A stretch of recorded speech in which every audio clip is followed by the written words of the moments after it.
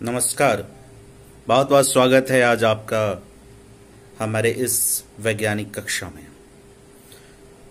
दोस्तों, हम लगातार आपके सामने अभी चर्चा कर रहे हैं एंडोक्राइनोलॉजी के बारे में, हार्मोन संबंधी ग्रंथियों के बारे में। और आज मैं इसी कड़ी को आगे बढ़ाते हुए आपके पास फिर से चर्चा में हाजिर हूं। आपका प्यार मिल रहा है और आप लोग लाभान्वित हो रहे हैं, यह हमारे लिए गर्व की बात है। खास करके ऐसे बच्चे जो बिहार की पृष्ठभूमि से हैं, जो गरीब हैं, जो किसी कारण संबंध रखते हुए भी, चाहत रखते हुए भी विज्ञान नहीं पढ़ पाते हैं। मैं उन सबों के लिए आसान से आसान शब्दों में समझाने की कोशिश कर रहा हूं और आपके सामने फिर से मैं मुखातिब हूं। पहले मेरा प्रणाम स्वीकार करें और साथ में आशीर्वाद भी स्वीकार करें कि आप समझ पाए। दोस्तों, मैं अभी आपसे लगातार चर्चा कर रहा हूं। पिछली बार हमने चर्चा किया था जिस कड़ी में, वो था पिट्यूटरी ग्लैंड। मैं आपको कंट्रोलिंग सिस्टम के बारे में बताया था कि हमारे ह्यूमन बॉडी में कैसे कंट्रोलिंग होता है, कैसे नियंत्रण होता है, हमारे नर्वस सिस्टम के द्वारा और दूसरा हमारे एंडोक्राइन सिस्टम के द्वारा। उसके बाद मैं आपसे इसका प्रथम जो अहम एंडोक्राइन ग्लैंड है, पिट्यूटरी ग्लैंड, उसके बारे में चर्चा किया था, उसके वजन के बारे में चर्चा किया था।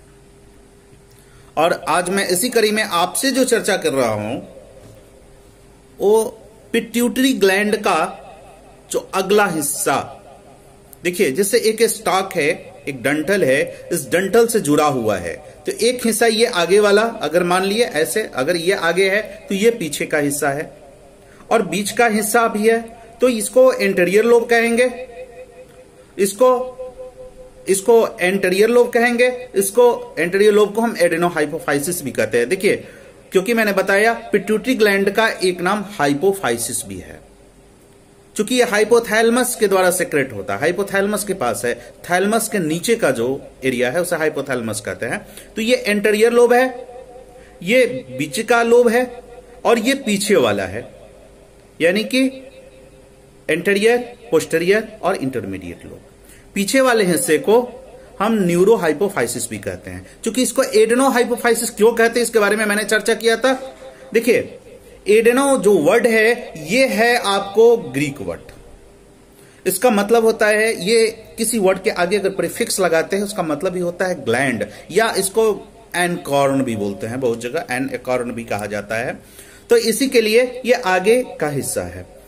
और ये जो अगला हिस्सा है आपका, ये ठीक हमारे मुंह, रेथेक्स पाउच इसको अंदर में बोलते हैं, उस जगह रहता है। जस्ट क्या है कि हमारा जहां फेरिंग्स है, फेरिंग्स के जस्ट पीछे, चूंकि हमारा पिट्यूटरी ग्लैंड कहां है, बीच में और बेस में, आधार में, जहां हमारा मस्तिष्क मान लीजिए गोला सा खत्म हो रहा है स्टॉक के साथ, इसी जगह हमारा है। ठीक है, बेस में, उसके आधार में है। और ठीक हमारे मुंह जहां खुलता है अंदर फेरिंग्स से हमारा, इस फेरिंग्स के जस्ट पास में देखेंगे तो अगला ये एडेनोहाइपोफाइसिस है। तो आज मैं इसी के हार्मोन के बारे में चर्चा करूंगा। दोस्तों, वैसे 230 हार्मोन अभी तक खोजे गए हैं हमारे शरीर में, 1905 में जब स्टार्लिंग साहब ने जब ये दिया था उसके बाद। तो आज मैं एंटीरियर पिट्यूटरी ग्लैंड का अगला हिस्सा से कौन कौन से हार्मोन सेक्रेट होता है, कौन कौन से हार्मोन निकलते हैं, इसके बारे में चर्चा की। पिछली बार हमने वैसा नाम गिनाया था सारे हार्मोन का, लेकिन इसके बारे में करेंगे। तो इससे पहले कि मैं हार्मोन के बारे में कुछ पीछे क्या होता है इसके बारे में चर्चा किया था, फिर से बता दूं थोड़े से पटाक्षेप में कि हार्मोन ग्रीक वर्ड है जिसका मतलब होता है आई अराउज या अराउज टू एक्टिविटी। वो जो कि किसी भी की क्षमता, किसी की एक्टिविटी की, किसी क्रियात्मक शैली को वह अराउज करता है, जगाता है। क्योंकि ये हार्मोनियन वर्ड है, ग्रीक का हार्मोनियन वर्ड है, उसका मतलब अराउज टू एक्टिविटी होता है, इसी से हार्मोन वर्ड निकला है। हार्मोन के बारे में ज्यादा कुछ मुझे लगता है बताने की जरूरत नहीं है। पिछली बार हमने बताया था ये केमिकल सब्सटेंस है, रासायनिक तत्व है, रासायनिक पदार्थ है हमारे शरीर का, या केमिकल मैसेंजर भी इसे कहते हैं। और बहुत ही कम मात्रा में निकलता है, और जो कम मात्रा में निकलता है जिस क्वांटिटी को, इसे बोलते हैं इफेक्टर। और ये इफेक्टर क्या होगा, चूंकि हमारा शरीर सेल का बना हुआ है, तो ये जब भी निकलता है तो देखिए टिश्यू से निकलेगा और नहीं तो ग्लैंड से निकलेगा, ऑर्गन से निकलेगा। जो हमारा ग्लैंड है वो या तो उत्तक है या तो अंग है, टिश्यू या ग्लैंड है, तो उस ग्लैंड से जहां से कि हार्मोन पैदा होता है, स्रावित होता है, उसे हम लोग इफेक्टर कहते हैं। और जिस जगह पे ये जहां से मैसेज पहुंचाता है एक जगह और वहां से जाकर के कुछ चेंजिंग लाता है, जिस जगह पर जहां चेंजेस लाता है उसे टारगेट सेल बोलते हैं। वहां जाकर के टारगेट करता है, जो टारगेट सेल है हमारा, उस टारगेट सेल को वह भी टिश्यू या ऑर्गन है। ठीक है, अब मैं एक बात बता दूं कि ये जो इफेक्टर है वो इफेक्टिव, ये इफेक्टर है तो इफेक्टिव ऑर्गन है। और ये कहां कहां इफेक्ट करेगा, कैसे करेगा, क्या क्या करेगा? क्योंकि ये मैंने बताया कि ये हार्मोन बहुत ही कम मात्रा में निकलता है और डायरेक्ट ये हमारे ब्लड में जाता है, चूंकि एंडोक्राइन है। इस चर्चा में बता दूं आपको सबसे पहले कि ये हार्मोन जो है कॉम्प्लेक्स, जटिल कार्बनिक कंपाउंड है। कार्बन रखने वाले कंपाउंड यौगिक होते हैं। ये जो बना होता है कार्बन कंटेनिंग कॉम्प्लेक्स यानी जटिल कार्बनिक यौगिक होते हैं। और ये खास करके अगर कहेंगे तो ये हमारा अमीनो एसिड के फॉर्म में होता है, प्रोटीन के फॉर्म में होता है और एस्टेरॉइड के फॉर्म में होता है। ज्यादातर ये एस्टेरॉइड के फॉर्म में ही मिलता है, कुछ अमीनो एसिड और प्रोटीन के फॉर्म में पाया जाता है। ये 4 प्रकार के होते हैं जो इफेक्टर है, यानी कि निकालने वाली जो तत्व है, स्रावित होने वाली, ये 4 प्रकार का है। इसको समझा जाए। एक एक्सोक्राइन है। एक्सोक्राइन ग्लैंड वैसे हार्मोन प्रोड्यूसिंग ग्लैंड को बोलेंगे जो कि हार्मोन प्रोड्यूस करेगा, लेकिन वह एक ट्यूब के द्वारा बाहर, शरीर के बाहर या शरीर के बाहरी यानी कि उस ऑर्गन से बाहर भेजेगा। उस जो इफेक्टर है, इफेक्टिव है, उस इफेक्टिव के बाहर भेजेगा, यानी कि जिस पर प्रभाव डाल रहा है उस जगह के बाहर। जैसे हमारे मुंह में लार बनता है तो लार ग्रंथि से तो पैदा ले रहा है, वह एक्सोक्राइन है, ग्रंथि से पैदा ले रहा है, लेकिन वो क्या है, लार बाहर आता है। पसीना, जैसे पसीना पैदा तो लेता है हमारे स्वेट ग्लैंड से, लेकिन वो बाहर आता है। या महिलाओं में दूध पैदा होना, तो दूध भी जैसे मेमरी ग्लैंड से पैदा तो ले रहा है, लेकिन वह बाहर की तरफ आ रहा है, तो इसलिए उसे एक्सोक्राइन को बोलते हैं बाह्य स्रावी ग्रंथियां। ऐसे ग्रंथियां जो बाह्य मतलब बाहर स्राव कर रहा है, बाहर भेज रहा है, जिसका बहाव बाहर की तरफ है। दूसरा जो ग्लैंड है आपका, जो वैसे ऑर्गन है, वो आपको है एंडोक्राइन ग्लैंड, यानी अंतःस्रावी, अंदर की तरफ ही वो स्राव करता है, बाहर नहीं करता है। ये अंदर की तरफ ही स्राव करता है और ये बाहर ट्यूब इसके पास नहीं है। ये डायरेक्ट क्या करेगा, हमारे शरीर में जहां भी देखेंगे आप संचरण हो रहा है, ब्लड वेसल्स है, जगह जगह ब्लड पहुंच रहा है डायरेक्ट ब्लड में, या उस ब्लड के पास बहने वाली कोई भी चीज में डालेगा, जिसने ब्लड में डालता, ब्लड में डाल करके और जहां जहां पूरी जगह पहुंचा देगा। इसके बाद जो आपको ऐसे हार्मोन है, जो कि 4 प्रकार का हमने गिनाया, तो एक है हमारे पास जिसको सर्कुलेटिंग हार्मोन कहते हैं। सर्कुलेटिंग यानी कि परिसंचारी हार्मोन।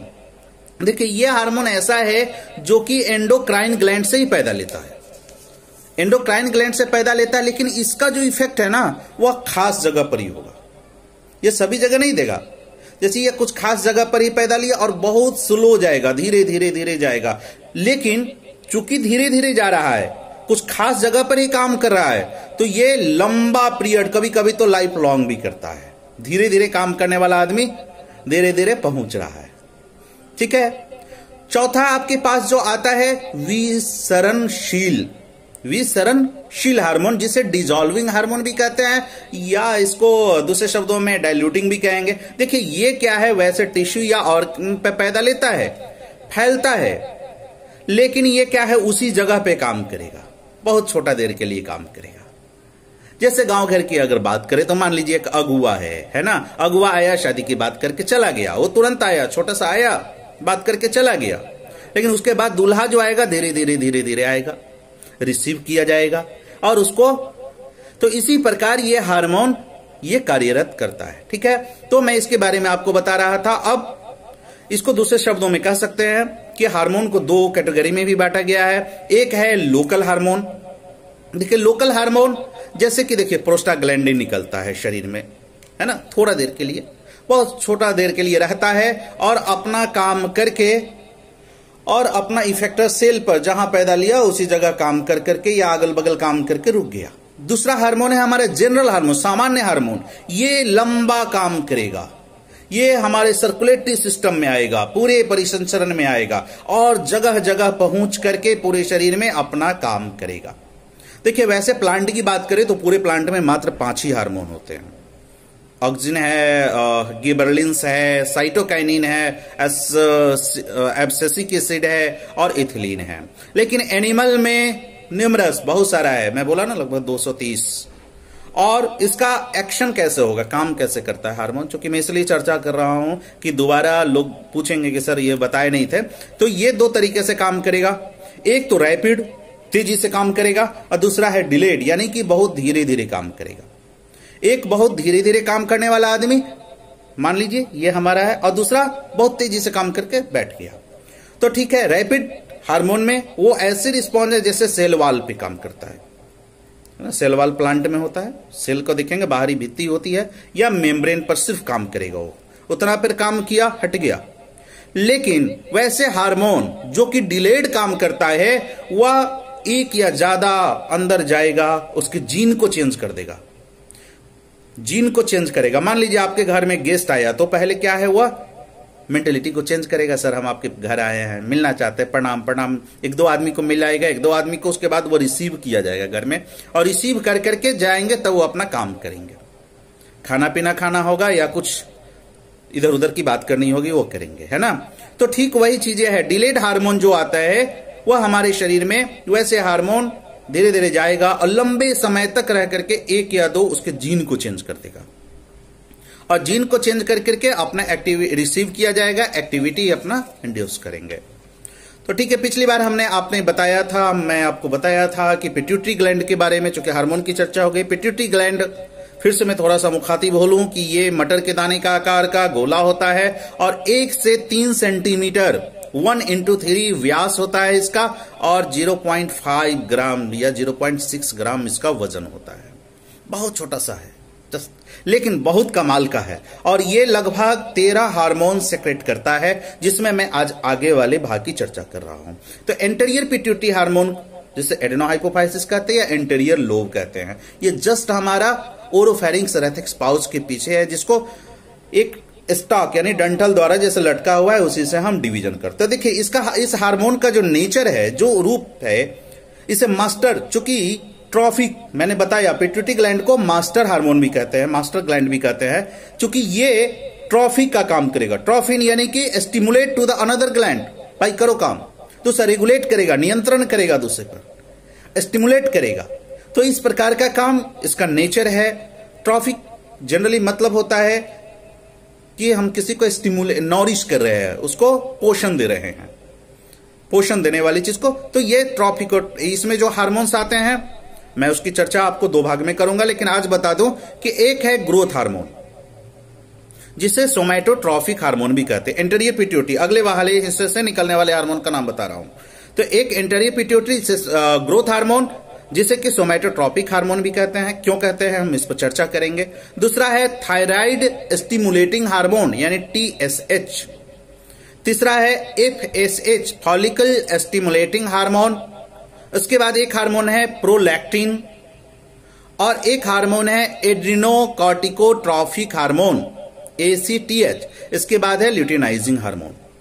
ये 6 हार्मोन अगले वाले हिस्से से सेक्रेट होते हैं। तो आज मैं इसी कड़ी में आपसे चर्चा कर रहा हूं ग्रोथ हार्मोन के बारे में, जिसे सोमैटोट्रॉफिक हार्मोन भी कहते हैं।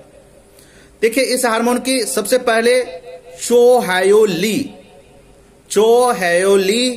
74 ने डिस्कवर किया था। इसे सोमैटोट्रॉफिक हार्मोन भी कहते हैं, चूंकि ये सोमैटोट्रॉफ सेल कहीं ना कहीं सीक्रेट हो रहा है, सेल करता है, वह टिश्यू बनाता है, वह ऑर्गन बनाता है, उसी से करता है, समझ रहे हैं। तो जो सेल है हमारा सोमैटोट्रॉफ्स, उसी से ये निकलता है, इसीलिए इसको सोमैटोट्रॉपिक हार्मोन भी कहते हैं। और इसी प्रकार ये रेगुलेशन भी सोमैटोस्टेटिन और सोमैटोमेडिन से करता है। आप वैज्ञानिक नाम है, चूंकि इसको हिंदी में नहीं बोला जा सकता है, चूंकि नाम दे दिया गया, तो इसलिए इसको हम इसी नाम से पुकारेंगे। आप नाम याद कर लेंगे, समझने की कोशिश करेंगे। तो यहां दो हार्मोन, ये दो प्रकार के यहां हार्मोन या केमिकल सेक्रेट करके इस हार्मोन पे कंट्रोल करेगा, और इसका रिलीजिंग कंट्रोल किसके द्वारा होगा? Hypothalamic hormone. चूंकि मैंने बताया कि हाइपोथैलेमस में जो सेक्रेट होगा वह ब्लड के द्वारा, रिलीजिंग वहीं से हो रहा है सोमैटोट्रॉफ से, तो ब्लड के द्वारा एंटर पिट्यूटरी में आएगा और यहां से ये सेक्रेट करेगा। इसलिए सेक्रेशन का काम यही है। तो ये ब्लड वेसल के द्वारा आता है, इसलिए इसे एडेनोहाइपोफाइसिस कहता है। जो पीछे जाएगा वो न्यूरोहाइपोफाइसिस, वहां ब्लड नहीं होता है, डायरेक्ट स्टिमुलेट करता है। तो मैंने बताया कि और ये हार्मोन जो है आपको प्रोटीन का बना होता है, प्रोटीनियस नेचर होता है, प्रोटीन का बना होता है, और लगभग 190 अमीनो एसिड्स इसमें होते हैं। 190 अमीनो एसिड्स होते हैं, और ये सोमैटोमेडिन एंड सोमैटोस्टेटिन दोनों के साथ काम करता है।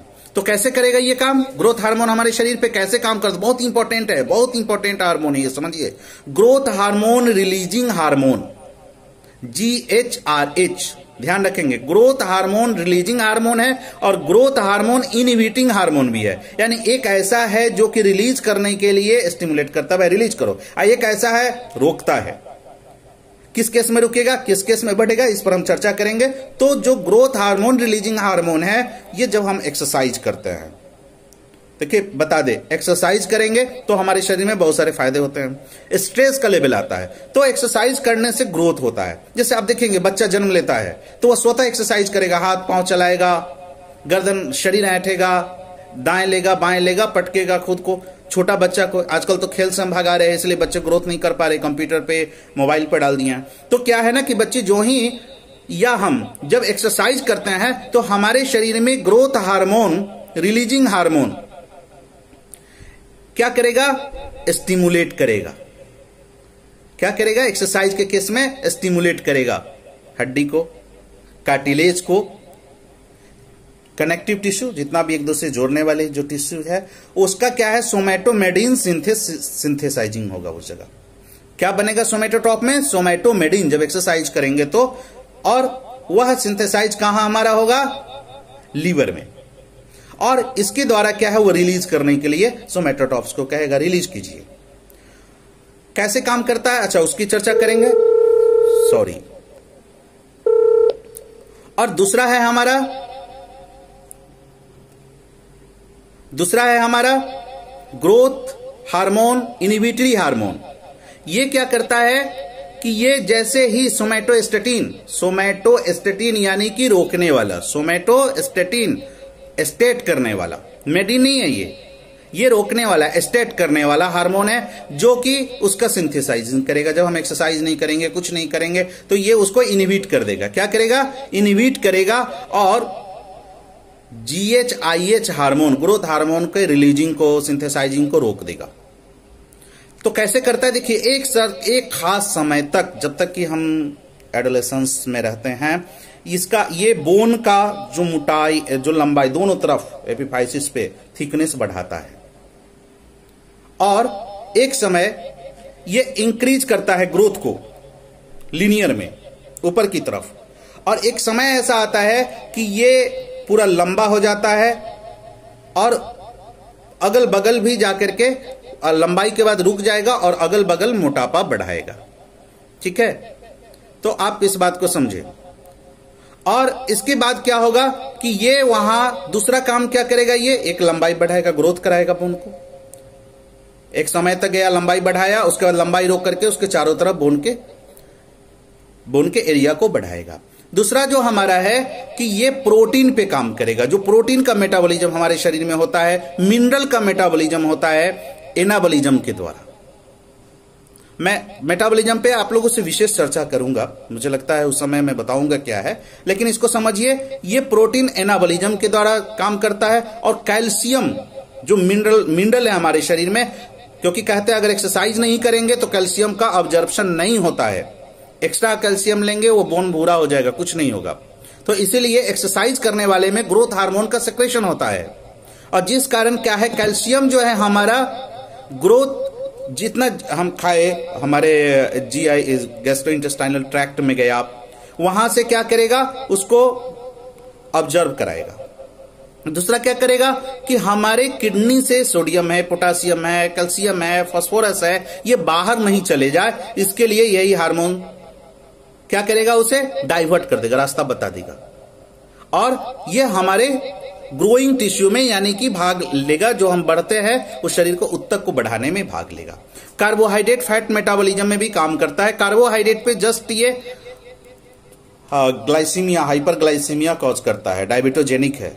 वहां आपका क्या करेगा शरीर में कि ग्लूकोज का लेवल बढ़ाता है और फैट को कैटाबॉलिक इफेक्ट से लाता है, जिसमें क्या करेगा ये समझा जाए कि इसका ये उसको फैट को एडिपोज टिश्यू से तोड़ता है ना।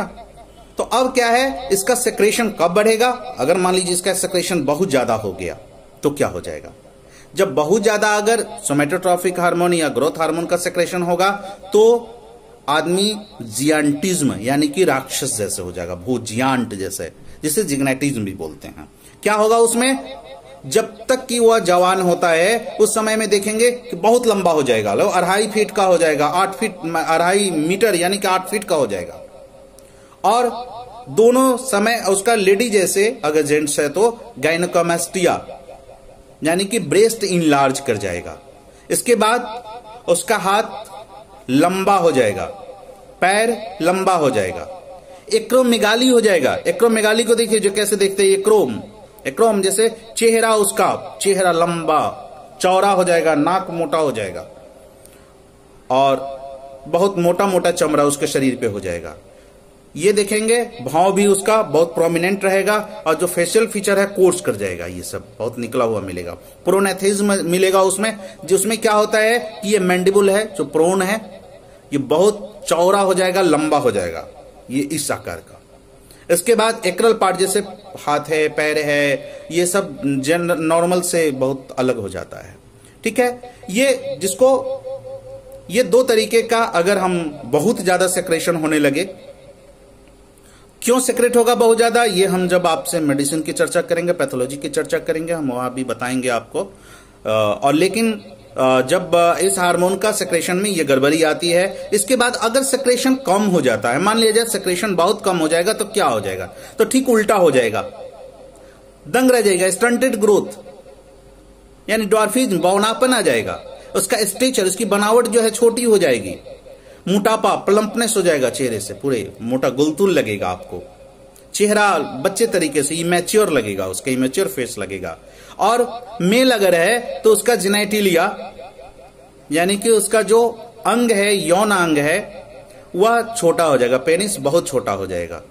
और जो एक्सट्रीमिटीज है वो नाजुक हो जाएगा, डेलिकेट है, ऐसे मोड़ेंगे तो टूटने लगेगा, है ना हुआ तो ये है कि बैलेंस है। If you are balance then everything is okay. अगर बैलेंस आप नहीं है तो सब कुछ गड़बड़ है। तो इसी कड़ी में दूसरे हार्मोन पर हम आ रहे हैं। दूसरा हार्मोन है प्रोलैक्टिन। जी मैं बताया प्रोलैक्टिन हार्मोन, इसको दूसरे शब्दों में ल्यूटियोट्रॉफिक भी बोलते हैं, ल्यूटियोट्रॉफिन भी बोलते हैं। ये भी प्रोटीन नेचर का है जी। और इसके बारे में बता दूं कि ये जनरली मिल्क प्रोड्यूसिंग हार्मोन है। हमारे जब महिलाएं प्रेग्नेंट होती है तो दूध पैदा करने के लिए यही जिम्मेदार है। इसके साथ ये हमारे इम्यून सिस्टम, रोग प्रतिरोधी क्षमता और पैंक्रियाज के डेवलपमेंट में, जो पैंक्रियाज है हमारे शरीर में, उसकी भी बढ़ोतरी में इसकी हिस्सेदारी है। ये इंसान में नहीं मिला था, ये नॉन ह्यूमन एनिमल में मिला था।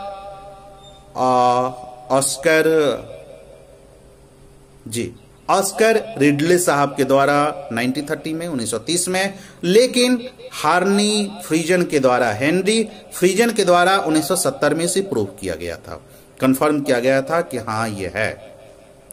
इसका सेक्रेशन कैसे स्टिमुलेट होगा, प्रोलैक्टिन हार्मोन हमारे शरीर में कैसे सेक्रेट होता है, तो उसके लिए क्या है कि प्रोलैक्टिन रिलीजिंग फैक्टर होगा, PRF, वो स्टिमुलेट होगा। वो क्या स्टिमुलेट होता है? जब हम एक्सरसाइज करते हैं, जब हम इमोशनल स्ट्रेस में, भावनात्मक तनाव में चले जाते हैं, या जब प्रेगनेंसी होती है, या जब हम दूध पिलाते हैं, जब महिला दूध पिलाती है उस दौरान ये प्रोलैक्टिन रिलीजिंग हार्मोन स्टिमुलेट होता है, जिसके द्वारा प्रोलैक्टिन सेक्रेशन होगा। और ये कम किस में इनहिबिटर कब रुक जाता है? जब ये रुकेगा जब प्रोलैक्टिन इनहिबिटिंग मतलब रोकने वाला हार्मोन तत्व स्टिमुलेट करेगा हाइपोथैलेमस को, खास करके डोपामिन। इसके लिए डोपामिन हार्मोन है हमारा, एक ड्रग है जो खास के जिम्मेदार है। डोपामिन अगर देते हैं तो ये रोकता है। ये कैसे काम करेगा? तो ये काम करने के लिए इसका महत्वपूर्ण इसका काम है महिलाओं में जो दूध ग्रंथि है उसको बढ़ावा देना, महिलाओं में ब्रेस्ट यानी कि महिला की छाती का बढ़ोतरी करना और दूध बनाना। ये दो चीज के लिए मूलतः जिम्मेदार है। जब महिला मातृत्व काल में होती है, गर्भावस्था में होती है, तो उस समय मेमरी डक्ट यानी कि उसमें मैंने बताया कि डक्ट है बाहर की तरफ है ना, ये एक्सोक्राइन के रूप में भी काम करता है। तो ये क्या करेगा, उसका अल्विलाई ऊपर एक काला हिस्सा होता है, ब्रेस्ट के बाहरी काला हिस्सा होता है जिसे अल्विलाई कहते हैं, उसके लब्यूल में डक्ट को बढ़ाएगा सेक्रेट करने के लिए। और उस समय क्या है कि स्ट्रक्चर में चेंजिंग लाएगा, बढ़ोतरी करेगा। प्रोलैक्टिन है, ओएस्ट्रोजन है, प्रोजेस्टेरोन है, ग्रोथ हार्मोन है, थायराइड हार्मोन है, ये सब दूध बढ़ोतरी में भाग लेता है। अगर देखिए इसका अगर लेवल ज्यादा हो गया तो क्या करेगा, इसका ज्यादा हो गया लेवल तो ल्यूटेनाइजिंग हार्मोन जो है उसको दबा देगा, एलएच हार्मोन को दबा देगा। और महिला में क्या करेगा कि ओव्यूलेशन नहीं होने देगा, यानी कि अंडा नहीं बनने देगा। और अंडा जब बनेगा नहीं तो क्या होगा, मासिक स्राव नहीं होंगे। मासिक स्राव नहीं होंगे तो देखेंगे आप गर्भावस्था के दौरान जब तक दूध आता है माता में, लगभग 6 सप्ताह की बात करूं, 6 सप्ताह तक, तो क्या होता है उस दौरान महिलाओं में मासिक स्राव नहीं पाया जाता है। क्योंकि क्या है, प्रोलैक्टिन हार्मोन सेक्रेट होता रहता है, ल्यूटेनाइजिंग हार्मोन दब जाता है, जिस कारण क्या होगा कि और लैक्टेशन, और जब प्रोलैक्टिन हार्मोन अगर जो ही क्या होगा कि कम होगा तो उसके बाद दूध देना ये प्रारंभ करेगा। तो ये है आज की कड़ी में मैं समझाने की कोशिश किया हूं 2 हार्मोन के बारे में। फिर हम अगली कड़ी में आपसे चर्चा करेंगे इसके बाकी 4 हार्मोन के बारे में। आप लगातार हमारे साथ बने रहिए, अपना प्यार देते रहिए, और मैं और भी कोशिश करूंगा समझाने की। ये थोड़ा सा वैज्ञानिक टर्म है जिसे मैं हिंदी में नहीं रूपांतरण कर सकता, क्योंकि जो शब्द है जिसका नाम है तो नाम है, ये आपको याद करना होगा और आप इससे जुड़े और बाकी टेक्स्ट बुक को भी पढ़े, है ना। ये मैं समझाने की कोशिश कर रहा हूं, टेक्स्ट बुक को पढ़े और अपना प्यार आशीर्वाद बनाए रहे। संभव हो तो लोगों को शेयर करें, जनमानस तक पहुंचाने की कोशिश करें। मैं मूल से मूल चीजों पर भी आपसे चर्चा करूंगा। धन्यवाद।